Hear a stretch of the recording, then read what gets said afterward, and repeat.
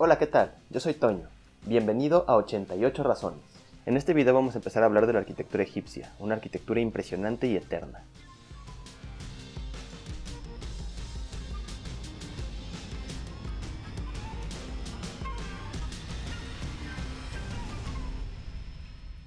Cuando piensas en Egipto, lo primero que piensas normalmente es en las pirámides de Giza o en la Esfinge, las cuales abordaremos en este video.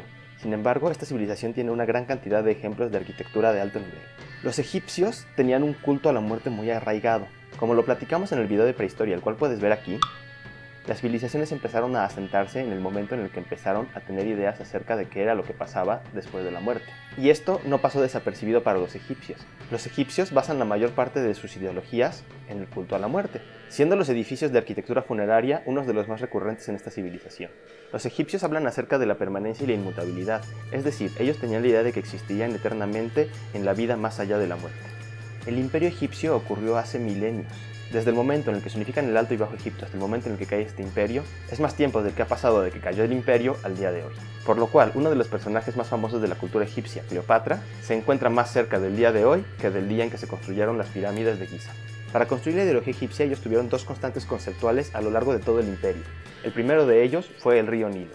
El río Nilo es uno de los más largos del mundo y tiene la particularidad de que corre de sur a norte hasta desembocar en las aguas del mar Mediterráneo. A su alrededor se encuentra un valle calizo de entre 16 y 22 kilómetros de ancho.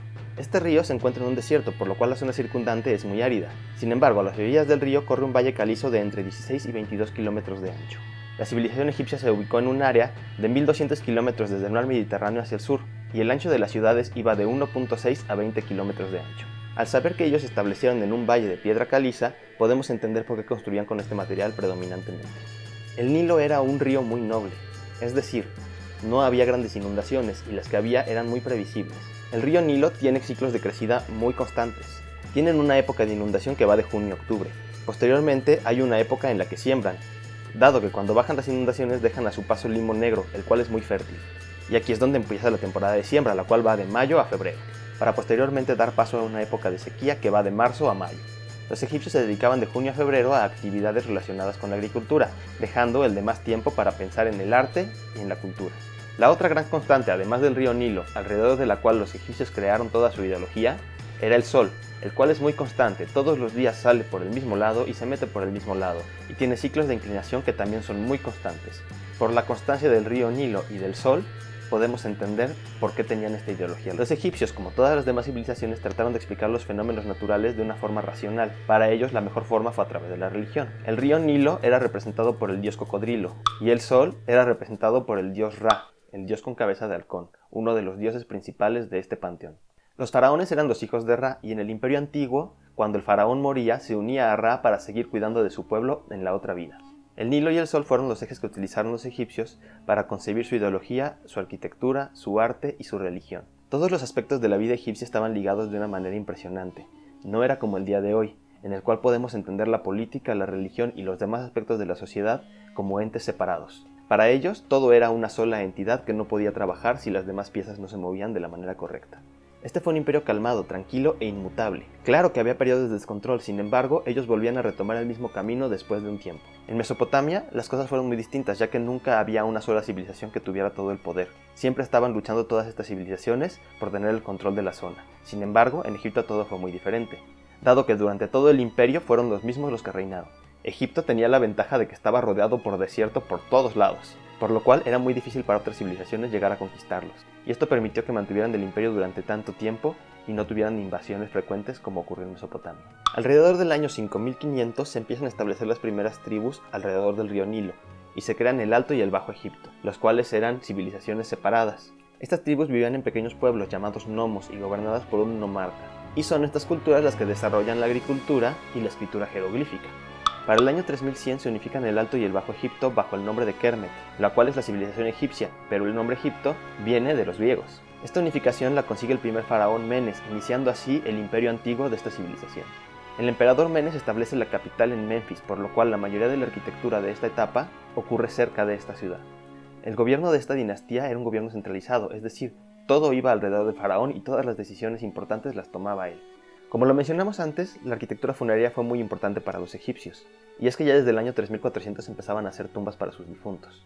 En esta etapa simple y sencillamente eran huecos en el piso rodeados de piedras y rellenos de tierra, lo cual se asemeja mucho a la forma que tenemos el día de hoy de enterrar a las personas. Para el año 3000 evoluciona la forma que tenían para hacer los entierros, y empiezan a hacer estos mismos huecos en la tierra. Sin embargo, estos tenían un muro interior de tabique y estaban cubiertos por una losa. Cerca del año 2800 estos edificios cambian y empiezan a generar las mastabas, las cuales ya tenían un acceso lateral y eran un edificio con planta rectangular en forma de pirámide truncada. Y empiezan a excavar todavía más abajo para hacer ciertas cámaras. Una cámara inferior en la que ponían los sarcófagos de los muertos y una cámara superior en la que ponían una estatua o una representación del muerto. Todas estas cámaras estaban llenas de riquezas y de las cosas que podía necesitar el faraón en el otro mundo. Para el año 2750 a.C., durante la tercera dinastía, el faraón Zoser empieza a construir el complejo funerario en el que él sería enterrado, y llama a Imhotep, quien es el primer arquitecto del que se tiene memoria, pero que además de ser arquitecto era un médico muy reconocido. Este complejo se encuentra al sur de Memphis y es un recinto cuadrangular, de 545 por 277 metros, rodeado con un muro de 10.4 metros de altura. Dentro del complejo se encuentran dos palacios gemelos, el Palacio Septentrional y el Palacio Meridional. Además, en el recinto había un templo que tenía todas las habitaciones por duplicado, hablando de la dualidad del faraón que gobernaba al Alto y al Bajo Egipto. Y en el complejo también se encontraba la pirámide de Zoser. Todos estos elementos estaban cubiertos de losas de piedra caliza blancas. Y en los palacios podíamos encontrar columnas lotiformes, que representaban al Alto Egipto, y columnas papiriformes, que representaban al Bajo Egipto. Si quieres saber más acerca de las columnas egipcias, te invito a que veas este video. La columna lotiforme tenía una basa y el arranque del fuste era ligeramente bulboso. Este fuste era fascicular, formado por los tallos de la flor. Los fascículos eran semicirculares y el capitel tenía forma de flor de loto con el capullo cerrado. Y la columna papiriforme era prácticamente igual que la anterior. Las únicas diferencias eran que el capitel tenía forma de flor de papiro con el capullo cerrado, y que los fascículos tenían forma triangular formando una arista. La pirámide de Zoser estaba construida por sillares de piedra caliza, de una dimensión mucho menor de la que se utilizó en las pirámides de Giza. Sin embargo, también eran monumentales. Constaba de 7 mastabas superpuestas y fue construida en 3 fases. Esta pirámide tenía 140 por 118 metros de base por 60 metros de altura. Y al igual que todos los demás elementos de este conjunto, estaba recubierta por losas de piedra caliza blanca. Las pirámides de Giza se empiezan a construir a partir del año 2680 a.C. Las tres tenían una planta perfectamente cuadrada y estaban orientadas a los 4 puntos cardinales. La primera de ellas fue la pirámide de Keops, la cual tenía 230 metros de base por 146 metros de altura. Esta fue construida por el faraón Keops, el cual fue el segundo faraón de la cuarta dinastía. Esta pirámide tiene la particularidad de que tuvo 3 cambios de diseño durante el tiempo en el que se construyó. En un inicio se planteaba que la cámara mortuoria se encontraba por debajo del nivel del suelo, como se hacía en todas las demás pirámides antes de esta. Sin embargo, en algún momento durante la construcción cambiaron de idea y pusieron esta cámara un poco por arriba del nivel de la tierra, para finalmente decidir que la cámara tenía que estar al centro de la pirámide, y es por ello que se encuentra muy cerca del centro de gravedad de este monumento. Después, cuando el faraón Keops murió, su hijo Kefren construyó su propia pirámide, la cual es un poco más pequeña. Esta pirámide se encuentra al sur de la de Keops. La pirámide de Kefren es la única que aún conserva un poco del recubrimiento de piedra caliza que tenían las pirámides, y tiene unas dimensiones de 215.5 metros de base por 143 metros de altura. Y a la muerte de Kefren, su hijo Miserinos construyó su propia pirámide, la cual es la tercera y la más pequeña de las tres. Esta tiene 108.5 metros de base por 66.5 de altura. Dentro del mismo complejo se encontraba un montículo de piedra caliza, el cual mandaron esculpir para formar la esfinge, y hicieron las patas con sillares de piedra caliza. Las pirámides se decían que era la escalera que tenía el faraón para llegar a Ra. Hasta el día de hoy no se sabe cómo fueron construidas estas pirámides, dado que por el tamaño de las piedras que se utilizaron en su construcción y la escasa tecnología que tenían, no se puede entender cómo es que elevaban estas piedras para llevarlas a su sitio final. Hay varias teorías que hablan de que las personas que construyeron estas pirámides eran esclavos que trabajaban de sol a sol. Sin embargo, recientes descubrimientos nos dicen lo contrario.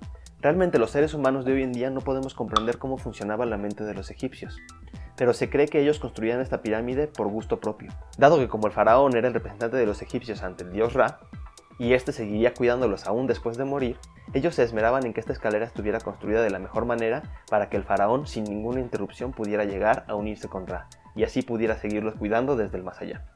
En el año 2200 a.C. cae el imperio antiguo egipcio, dado que empezó a haber revueltas por los sacerdotes de Amón, ya que no eran muy partidarios del hecho de que el faraón fuera el único que pasara a la inmortalidad, y ellos buscaban que su cultura hablara de que todos podían pasar a la inmortalidad. Hay una época de inestabilidad durante 150 años, sin embargo, para el año 2052 a.C., Los sacerdotes de Amón toman el control y así inicia el Imperio Medio. Pero eso lo veremos en el próximo video. No se lo pierdan. Una cosa más, si te gusta esta serie o la de Diccionario de Arquitectura, la cual puedes encontrar aquí, no te olvides de suscribirte, darle like y activar la campanita para que recibas notificaciones cada que suba un nuevo video. Nos vemos en la próxima.